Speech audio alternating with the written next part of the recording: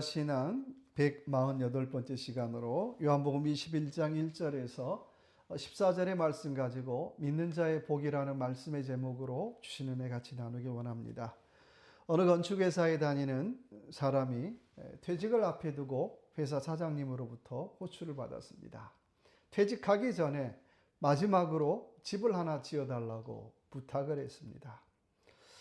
그 사람이 생각할 때는 이제 얼마 안 있으면 회사도 퇴직하게 되고 일도 다 그만두게 될 텐데 하필이면 퇴직을 앞에 두고 있는 자기에게 집을 하나 지어달라고 부탁하는 그 사장의 말이 별로 마음에 들지 않았습니다. 그래서 집을 짓기는 짓는데 대충 지었어요. 재료도 좋은 재료가 아니라 그냥 보통 이하의 재료를 사용하고 시공과 감독도 철저하게 하지 않았어요. 겨우겨우 준공검사를 통과할 정도만 집을 지었습니다. 그리고 집을 다 지은 다음에 회사 사장을 찾아와서 내가 집을 잘 지었습니다라고 보고를 했습니다. 그때 회사 사장님은 수고했습니다. 그 집은 이제 당신 것입니다. 회사에서 당신의 은퇴를 기념해서 드리는 회사의 마지막 선물입니다라고 했습니다. 그 말을 듣고 있던 그 사람은 내가 열심을 다해서 집을 짓지 못했음을 그제서야 후회했다고 합니다. 여러분, 우리는 뭐든지 간에 열심히 해야 할 줄로 믿습니다. 특별히 매일매일 주어진 일에 대해서 최선을 다해야 한다라고 하는 것입니다.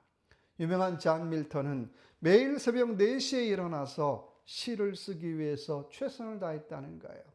남이 알아주건 알아주지 않건 매일매일의 최선을 다할 때에 그는 하나님 보시기에 참 아름다운 열매를 거둔 줄로 믿습니다. 원하기는 저와 여러분의 삶도 나도 얼마나 열심을 다했는가라고 하는 질문을 해보며 살아가는 귀한 이 한 주간의 삶이 되시길 바랍니다.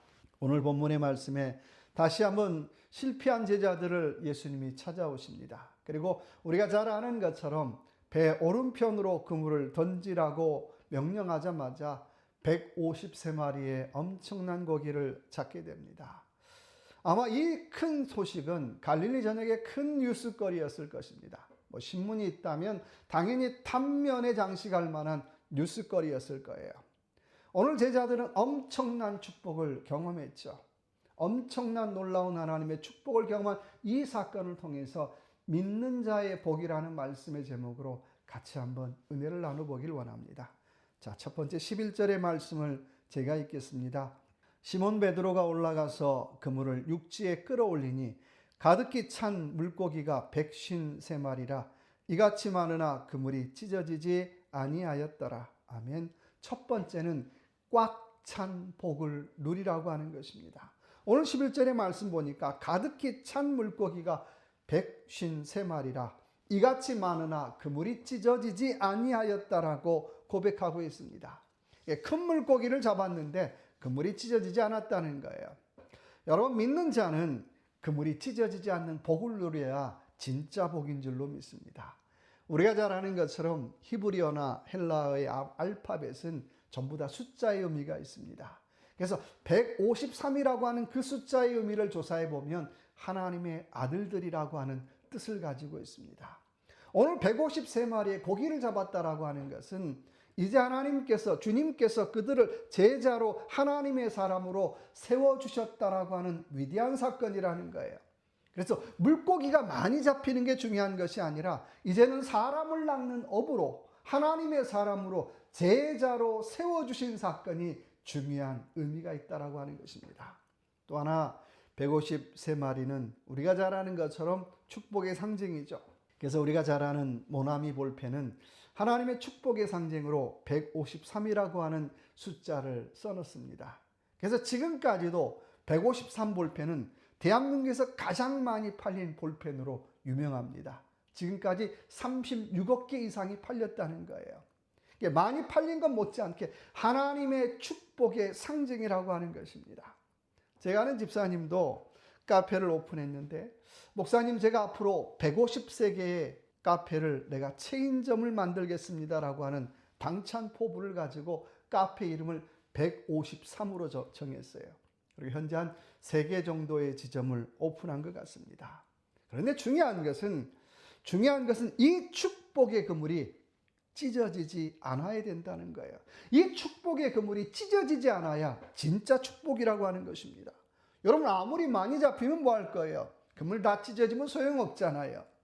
물론 똑같은 내용이 누가복음 5장에 나오는데, 누가복음 5장은 이렇게 표현합니다. 그물이 찢어지고도 2배에 가득 채우고 배에 잠길 정도로 많이 잡았다라고 표현하고 있어요. 여러분, 그물이 찢어지고도 2배에 가득 담길 정도면 여러분 얼마나 많이 잡았을까요? 상상이 가지 않잖아요. 그런데 아무튼 간에 제자는 하나님의 복을 경험하는데 찢어지지 않는 복을 경험해야 할 줄로 믿습니다. 그물이 찢어지면 아무런 소용없다는 거예요. 제가 중학교 1학년 때인가 어머니가 과일 장사를 했는데, 어머니가 일이 생겨서 한 2, 3일 정도 장사를 못 나오셨어요. 그래서 저하고 사촌 이모하고 저하고 나이는 동갑인데 좀 학렬이 높아요. 그래서 둘이서 장사를 해야 될 때가 있었습니다. 근데 하필이면 그때가 어머니가 마침 여름 대목을 보려고 수박을 1,000덩어리를 받아놨어요. 2,000원에 팔 수박을 1,000덩어리를 받아놨는데 어머니는 안 계시잖아요. 그런데 우리가 아는 것처럼 수박은 더운 날씨에 하루가 지나면 달라지는 거예요. 상해요.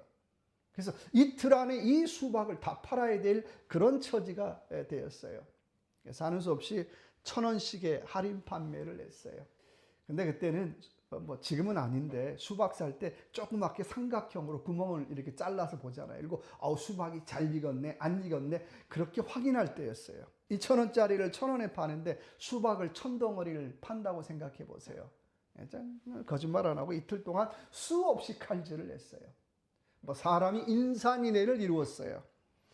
지나다니는 사람들이 아이고 어린 놈의 자식이 장사도 잘하네, 시장 돈 다 쓸어 담겠네, 가는 사람마다 칭찬했어요. 그런데 시장 돈 다 쓸어 담기는요, 한 덩어리에 기껏해야 300원, 500원 남는 장사인데 1,000원씩에 팔았으니까 결국은 전체적으로 50만 원을 손해봤어요. 열심히 했는데 너무너무 인산인해를 이루었는데 결국은 50만 원 손해봤다는 거예요. 앞으로는 장사가 잘 됐는데 뒤로는 미치는 장사였다는 것입니다. 장사만 그러는 것이 아니라 우리의 신앙생활도 한번 되돌아보라는 거예요. 뒤로 손해보는 장사가 되지 않도록 하라고 하는 거예요. 뒤로 마이너스가 되지 않도록 하라는 거예요. 사람들이 우리를 향해 아이고 믿음이 좋습니다, 아이고 대단합니다, 이런 소리 듣고 너무 좋아하지 말라는 거예요. 혹시라도 내 가정의 축복의 그물이 찢어지지 않았는지 체크해 보라는 거예요. 내 사업의 그물도 마찬가지고 우리 교회의 축복의 그물이 찢어지지 않았는지 한번 되돌아보라는 거예요. 그리고 하나님, 내가 그 축복의 그물이 찢어지지 않는 복을 누리기를 원합니다라고 하는 그런 믿음의 고백을 가지고 이 한 주간도 환경적으로 영적으로 하나님의 축복의 그물이 찢어지지 않는 그런 귀한 복을 누리며 살아가는 저와 여러분의 삶이 되시길 주님의 이름으로 축원합니다. 두 번째 복은 12절의 말씀 읽겠습니다. 예수께서 이르시되 와서 조반을 먹으라 하시니, 두 번째는 밥 먹고 일합시다. 오늘 주님은 떡과 고기를 구워놓고 제자들을 초청하십니다. 제가 지난주에 이 본문과도 똑같이 주님은 항상 우리에게 상상을 뛰어넘는 초청을 하신다라고 말씀했어요. 그렇죠. 주님은 저와 여러분의 인생에 우리의 상상과 우리의 기대 이상을, 기대를 뛰어넘는 초청을 하신다는 거예요. 오늘 이런 상상을 뛰어넘는 초청으로 제자들에게 아침밥을 대접하고 있더라는 거예요. 세상 말로 빈대도 낯짝이 있는데 배신한 인간에게 아침밥을 대접하는데 밥이 잘 넘어갔을까요? 오히려 주님이 너희나 왜 배신했냐라고 야단치고 따져 물었어야 되죠. 그런데 주님은 그렇게 야단치는 것이 아니라 오늘 아침밥을 대접하고 있어요. 여러분, 아침밥을 대접하고 아침밥을 먹는다는 의미가 뭘까요? 첫째는 새롭게 시작한다는 의미가 있어요. 내가 아침밥을 먹는다라고 하는 건 새롭게 시작한다는 새로운 출발의 의미가 있더라고 하는 거예요. 우리가 아침밥 먹고 뭐 합니까? 하루 시작하잖아요. 아침밥 먹었다는 건 이제 하루 스케줄이 시작된다는 얘기예요. 똑같이 이제 아침밥 먹었다는 것은 내가 이제 제자로서 하루가 시작된다라고 하는 것입니다. 그래서 준비해야 되잖아요. 요한복음 9장 4절의 말씀에 때가 아직 낮음에 나를 보내신 이의 일을 우리가 하여야 하리라. 밤이 오리니 그때에는 아무도 일할 수 없느니라. 이제 밥 먹었으니까 조금 있으면 아침이, 조금 있으면 낮이 시작돼요. 그러면 그때부터 나를 보내신 이의 일을 우리가 해야 된다라고 하는 것입니다. 나를 이곳에 보내신 사명, 미션, 그 일을 해야 한다라고 하는 것입니다. 그래서 제자는 마땅히 밥 먹고 일해야 한다라고 하는 거예요. 또 하나 집밥을 먹는다라고 하는 것은 이제 힘내서 일한다는 거예요. 여러분, 밥 먹고 누구 일하려고 밥 먹습니까? 베드로 일이나 제자 일이 아니잖아요. 이제 밥 먹었으면 내가 주님 일 하기 위해서 밥 먹는 거잖아요. 예수 그리스도의 부활의 소식을 증거하기 위해서 밥 먹는 거잖아요.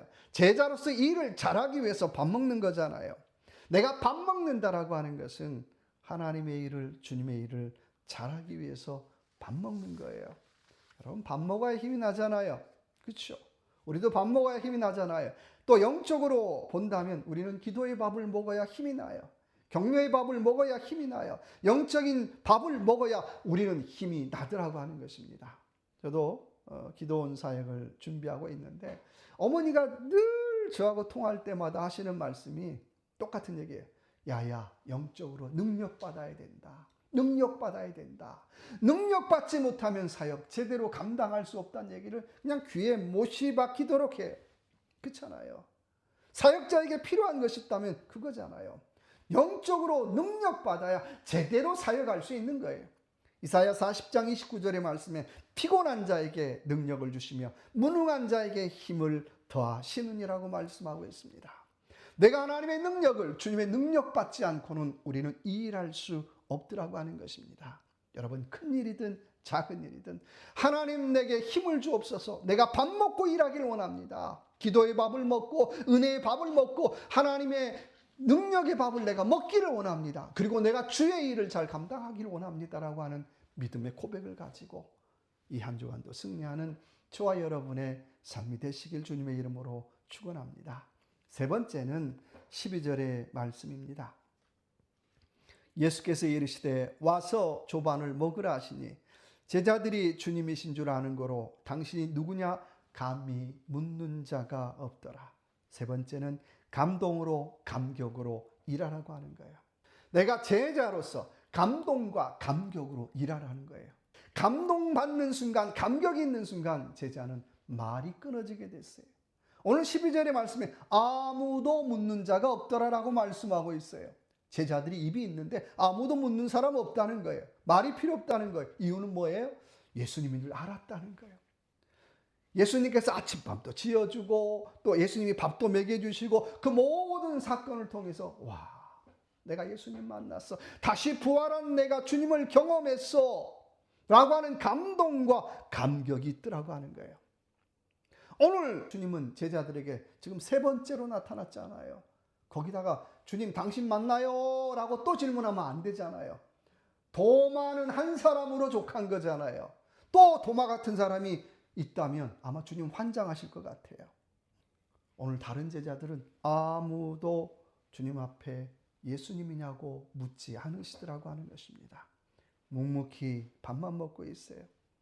여러분, 우리가 예수님 만나면 사실 말이 필요 없죠. 은혜를 경험하면 말이 필요 없죠. 하나님의 사랑을 경험하면 말이 필요 없죠. 그래서 제 생각에는 신앙생활을 잘한다는 게 뭘까? 신앙생활을 하면 할수록 말이 줄어드는 게 신앙생활을 잘하는 것 같아요. 목회도 마찬가지고요. 하면 할수록 말이 줄어드는 게 목회를 잘하는 것 같아요. 근데 저만 봐도 하면 할수록 말만 늘어나요. 이거 목회 잘못하고 있는 거예요. 하면 할수록 말만 늘어나 신앙생활 잘못하고 있는 거예요. 그렇잖아요. 내가 주님의 은혜를 경험했는데 무슨 말이 필요하겠어요? 주님의 사랑을 경험했는데 무슨 말이 필요하겠어요? 내가 말을 안 하고 싶어서가 아니라 말이 필요 없어서 안 하는 거잖아요. 주님이 진리인데 진리를 만나고 깨달았는데 무슨 말이 필요하겠어요? 주님이 은혜인데 그 은혜를 받고 내가 그 은혜를 깨달았다면 내가 무슨 말이 필요하겠어요? 점점 말만 늘어나요. 그 얘기는 내가 은혜를 덜 받았다는 거예요. 내가 감동과 감격을 덜 받았다는 게, 목회하면서 말만 자꾸 늘어나는 건 자꾸 기술은 늘어가는데 감동과 감격이 없더라고 하는 거예요. 데살로니가전서 1장 8절의 말씀에 주의 말씀이 너희에게로부터 마게도냐와 아가야에만 들릴 뿐 아니라 너희의 믿음의 소문이 각처에 퍼졌으므로 아무 말도 할 것이 없느니라고 말씀하고 있어요. 데살로니가 아테네 다음 가는 교통의 요충지였어요. 세계의 모든 사람들이 오고 갔습니다. 그런데 이곳에 바로 복음이 전해졌고 특별히 데살로니가 교인들의 믿음의 소문이 각처로 퍼졌다는 거예요. 퍼졌다는 얘기는 한 번만 짠 한 게 아니라 계속해서 메아리처럼 오늘도 내일도 글피도 계속해서 메아리처럼 퍼졌다라고 하는 것입니다. 그래서 사람들이 볼 때 데살로니가 교인들은 말이 필요 없는 교인들이야. 그 교인들은 말이 더 이상 필요 없어 라고 하는 칭찬을 받았다라고 하는 것입니다. 여러분, 이게 진짜 성도의 모습이 아닐까요? 여러분, 우리가 주님 만나면 말이 필요 없어져요. 감동과 감격으로 말이 없어지더라고 하는 것입니다. 그러면 우리의 봉사에도 말 없는 봉사, 우리의 헌신에도 말 없는 헌신 해야 되잖아요. 그런데 막 봉사 하나 하고 어떻게 해요? 사방에 떠들어요. 안 알아주면 옆에 사람 붙잡고도 내가 이런 거 했다니까, 내가 이런 일 했다니까. 값싼 봉사, 값싼 헌신 하고 있더라고 하는 것입니다. 데살로니가 교인들은 말 없는 봉사, 말 없는 섬김을 하고 있잖아요. 그래서 늘 우스갯소리지만 여러분, 신앙생활하면서 말이 많으면 다 간첩이에요. 목회하면서 말이 많으면 다 간첩이에요. 원하기는 저와 여러분의 이 한 주간 정말 제자로서 꽉 찬 복을 누리고 정말 밥 먹고 일하고 능력받아 일하고 그리고 주님 주시는 감동과 감격으로 일하는 이 한 주간의 삶이 되시길 주님의 이름으로 축원합니다. 기도하겠습니다. 하나님, 이 한 주간 우리의 삶 제자로서 꽉 찬 복을 누리게 하여 주시고 제자로서 아버지 하나님 감동받고 감격받아 일하게 하여 주옵소서. 말만 많은 신앙인으로 말만 많은 목회자로 서지 않게 하여 주시고 내가 주님 만났다면 말이 점점 줄어들고 내 목회도 말이 줄어들게 하여 주시고 내 신앙생활에도 말이 줄어들어서 정말 주님의 마음을 알아가고 주님의 마음을 내가 대신 알아가고 그 일을 실천하는 이 한 주간의 삶이 되어지게 하여 주옵소서. 함께하여 주실 걸 믿고 예수 그리스도 이름으로 간절히 기도드립니다. 아멘.